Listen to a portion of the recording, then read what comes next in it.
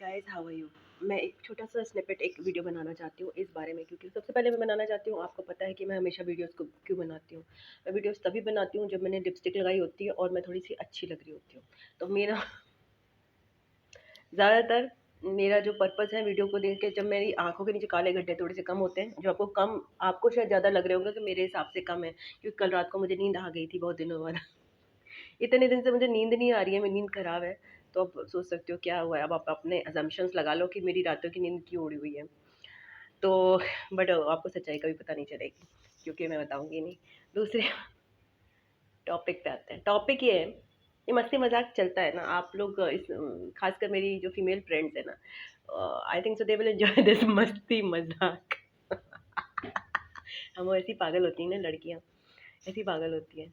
देखो, सच्चाई तो यही है ना कि सुंदर दिखते हैं तो वीडियो बनाते हैं, इसमें क्या गलत है बताओ। सुंदर दिख रहे थे, अब जो भी है, अब आपको सुंदर लगे ना लगे, हमें तो सुंदर लग रहे थे, हमें लगा सिर्फ आंखों के नीचे काले कट्टे कम है, लिपस्टिक लगा ली है, बिंदी ऐसी चमक रही है कि भाई क्या ही बताएं, नकली बिंदी लग रही है, असली है नहीं, लग रहा है, लग रहा है कि कोई आर्टिफिशियल मैंने वीडियो में ऊपर से चिपकाई हुई है बिंदी, ये ऐसे शाइन करती है मेरी।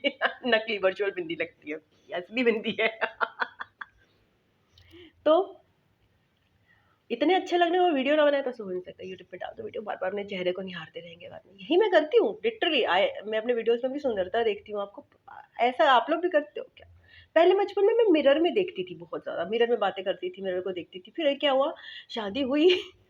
आपको फनी बात बताऊँ, शादी हुई तो इतनी जिम्मेदारियां आ गई, बच्चे आ गए, जिम्मेदारियां आ गई, और पूरे दिन बाहर रहती थी काम के लिए, तो साला मिरर ही नहीं था। मिरर भी था, वो कौन सा गोदरेज की अलमारी में लगा वो मिरर, और उसमें देखने का टाइम भी खत्म हो गया। मैं अपने आपको मिरर में देखना बंद कर दिया, मैं एक माँ बन गई थी, जिम्मेदारियों के बोझ से तली बूढ़ी माँ। और आपको स्ट्रेंज बात बताऊं, मैं कितनी फनी, मतलब ऐसी हालत हो गई थी, इतनी रिस्पॉन्सिबिलिटीज निभाते निभाते, कि मिरर खरीदा। किसके लिए खरीदा? अपनी सासू माँ के लिए। उनको मिरर दिया मैंने, एक पूरा ड्रेसिंग टेबल। और मेरी एक आस रह गई, और मुझे अपने लाइफ में ये कंफर्म हो गया था एक टाइम पर आकर, कि यार मेरे को ना मेरे कभी ड्रेसिंग टेबल नहीं लूंगी मैं। ये हालत हो गई थी, मतलब इतनी ज्यादा भाई यार, ये लोगों को इतना काम क्यों है, ये किसके लिए बिल्डिंग्स बनाते रहते हैं, कौन रहेगा इनमें सब, मर खप गए।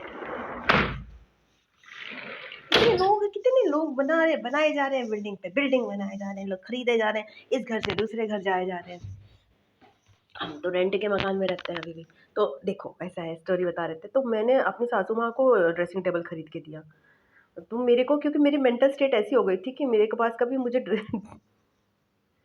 ड्रेसिंग टेबल के लिए कभी टाइम नहीं मिलेगा कि मैं ड्रेसिंग टेबल यूज़ कर सकूँ। मैंने अपना, और मुझे क्या पता था कि मेरी लाइफ में ऐसा फेज़ भी आएगा जब मैं एक्चुअल में कहीं मेकअप करना पसंद करूँगी, लिपस्टिक लगा के रोज़ बैठूँगी। ऐसी लड़की जो साल में एक बार लिपस्टिक से ज़्यादा नहीं लगाती थी। इतने उसको काम पसंद थे और इतनी ज़्यादा वो बोरिंग थी। अब वो लिपस्टिक लगाती है, मतलब सेल्फ केयर के नाम पे मैं डब्बा थी, बिल्कुल डब्बा, बहुत ही डिप्रेस्ड और बहुत ही खूसट और बहुत ही लीचड़, बहुत ही बोरिंग ऐसी थी, रहा रहती थी मैं। आप मेरे स्टूडेंट से पूछो, वो बताएँगे आपको कि कैसी थी मैं। They used to love me anyways, my students used to love me, but मुझे पता नहीं वो मुझसे कैसे प्यार करते थे।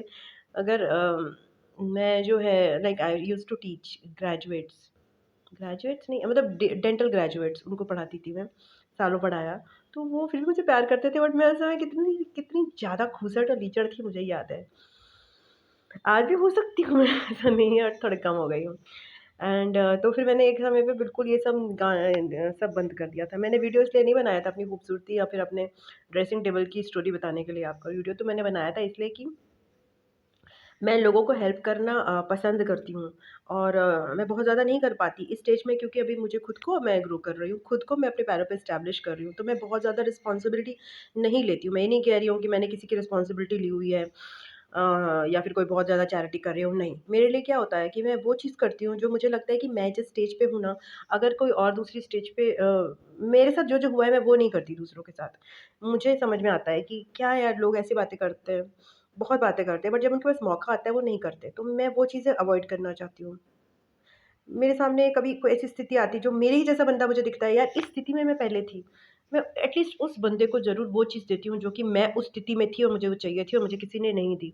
फॉर एग्ज़ाम्पल, अब जैसे मेरे पास बहुत सारे ना ये आते हैं, यूट्यूब पे आते रहते हैं बहुत सारी चीज़ें, और मेरे को सब्सक्रिप्शन, मतलब मैं सब्सक्राइब कर लेती हूँ उनको। जो 1 के से लेस सब्सक्राइबर्स होते हैं, तो मुझे पता है उनकी सिचुएशन कि किस तरह का मुझे फीलिंग आता था। जब ऑब्वियसली मेरे 1 के सब्सक्राइबर हो चुके हैं एक बार, तो ऐसा नहीं है कि मैं वो फीलिंग से गुज़री नहीं हूँ। तो वो पूरा जो दौरान, उस दौरान मुझे ऐसा रहता है, यार क्या प्रॉब्लम है यार? क्यों नहीं सब्सक्राइब करते लोग? लोग लाइक करते हैं, लोग देखते हैं, मगर लोग नहीं सब्सक्राइब करते। लोग समझते नहीं हैं कि कितनी मेहनत लगती है इन सब चीज़ों में, और कितने ख्वाब देखे हैं उस बंदे ने। तो क्या दिक्कत हो जाएगी आपकी अगर आप उसके ख्वाब को आप पूरा तो कर रहे हो, बस आप उसको सब्सक्राइब नहीं कर रहे हैं। उसको देख भी रहे हो, उसको सब्सक्राइब नहीं कर रहे। This is not fair guys. तो मैं नहीं करती, मैं तो ऐसा कर रही हूँ कि मुझे ऐसा दिखता है, अगर सपोज़ किसी के 600 टू 900 सब्सक्राइबर्स हैं, ये कम है, बट उसकी मुझे वीडियो में कंटेंट कुछ क्वालिटी लगी, मुझे कोई भी एक लगा कि यार इस बंदे ने कुछ तो किया है मेहनत, मैं तो फटाफट सब्सक्राइब कर लेती हूँ। हो सकता है मैं बाद में कभी अनसब्सक्राइब भी कर लूँ, बट इस स्टेज में मैं सब्सक्राइब करती हूँ। मुझे पता है कि उनके लिए एक-एक सब्सक्राइबर की वैल्यू कैसी है। अब मैं उनको ज़रूर कमेंट भी कर देती हूँ अगर मुझे अच्छा लगे, मैं बिल्कुल झिझकती नहीं हूँ, बिकॉज़ मुझे पता है कि इस समय उनके लिए एक कमेंट की वैल्यू कैसी है। तो मैं उस सिचुएशन से गुज़री हूँ, मुझे पता है। जिसके पास 100 कमेंट है ना, जिसके पास लाखों कमेंट है, उसको तुम में कमेंट नहीं भी दोगे तो चलेगा, बट मैं ये नहीं कह रही कि यार किसी को ज़बरदस्ती कमेंट मारो। अगर तुम्हें अच्छा लग रहा है, लोग नहीं करते। लोग लोग देखते हैं कि ये बंदा ना ऑलरेडी पानी में है, तो उसको नहीं मदद करेंगे। उसको उससे मदद ले भी लेंगे, उसको कंटेंट लाइक भी कर देंगे, देखेंगे भी, और उसको सब्सक्राइब नहीं करेंगे, उस पे कमेंट नहीं करेंगे। क्यों? क्योंकि वो बंदा कुछ नहीं है। ऐसी नहीं हूँ मैं। मैं अंडरडॉग्स को सपोर्ट करती हूँ। जिसको कोई नहीं कर रहा ना, उसको मैं करती हूँ। फिर वही बात है, इसका मतलब ये नहीं है कि इसका मतलब ये नहीं कि मैंने कोई चैरिटी होम खोला हुआ है। मैं अपना मेंटालिटी बता रही हूँ कि मैं यही करती चलती हूँ कि जो-जो मेरे साथ हुआ था, अगर मुझे अपनी अपब्रिंगिंग फॉर एग्ज़ाम्पल मैं बताती हूँ, अगर मेरी अपब्रिंगिंग में मुझे लगा था, मैं केवल कर्म योग में विश्वास करती हूँ। मेरी जो लाइफ़ का उद्देश्य यही है, कर्म योग। तो तुम्हारे साथ सीमा जो हुआ है, वो तुम दूसरों के साथ नहीं होने दो, और मुझे नहीं पता कुछ भी। दिस इज़ माई सोल मोटो, यही मुझे सैटिस्फैक्शन देता है। जब मेरा बचपन बीता और मुझे लगा कि मेरे बचपन में मुझे सैटिस्फैक्शन नहीं लगा, मुझे लगा कि ये लाइफ़ नहीं थी जो मैं चाहती थी, तो मैंने कसम खाई थी कि भाई मेरे बच्चे होंगे, ये मेरी कसम थी। मेरी 2 लड़कियाँ होंगी और मैं उनको उस तरह से पालूँगी जिस तरह से मुझे नहीं पाला गया।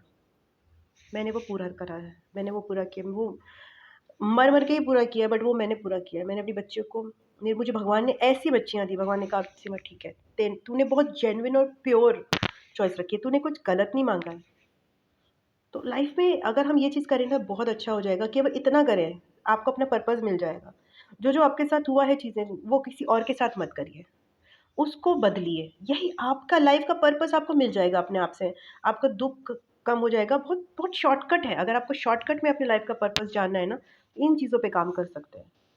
जहाँ आपके साथ कुछ गलत हुआ है, उसी के अगेंस्ट काम करने लग जाइए। बहुत सिंपल एंड क्रिस्प वे है। मेरे साथ मैरिज हुई है, मुझे ऐसा लगा कि मेरे मैरिज में कुछ चीज़ें हुईं जो कि नहीं होनी चाहिए थी। तो मेरा लाइफ़ पर्पस बन गया। मैं मेरा लाइफ़ पर्पस बन गया कि किसी के साथ मुझे दिखता है तो मैं उसको गाइड करने की कोशिश करती हूँ, ज़बरदस्ती नहीं करती। बट मुझे पता है कि ये मेरी लाइफ़ का एक पार्ट बन गया है कि भाई जो मेरे साथ हुआ कुछ चीज़ें, वो मैं किसी और के साथ अगर होते हुए देखूँ तो मैं कहीं न कहीं चुप नहीं बैठूँगी। मैं नहीं कहूँगी इसके साथ भी हो रहा है, मेरे साथ तो हो चुका ना, मैं तो ठीक हो गई। No, I will take I will verbalise things. मैं बताऊँगी उस बंदे को, गाइड करूँगी, एक बार वार्निंग दूँगी। लेते हैं वो लेते हैं, नहीं लेते वो नहीं लेते। तो this is my life purpose, और आपके साथ भी यही होता है। आपके लाइफ़ में जो-जो चीज़ें हो रही हैं ना, वही आपका लाइफ़ पर्पस का एक्चुअल में पार्ट है। वो भगवान आपको कह रहे हैं कि भाई ये तुम्हारे साथ हुआ। अगर आपको नहीं पता अपना लाइफ़ पर्पस, आप इधर घूम रहे हो, उधर घूम रहे हो, उधर ढूँढ रहे हो। Simple way to find your life purpose. Body shaming हुई है,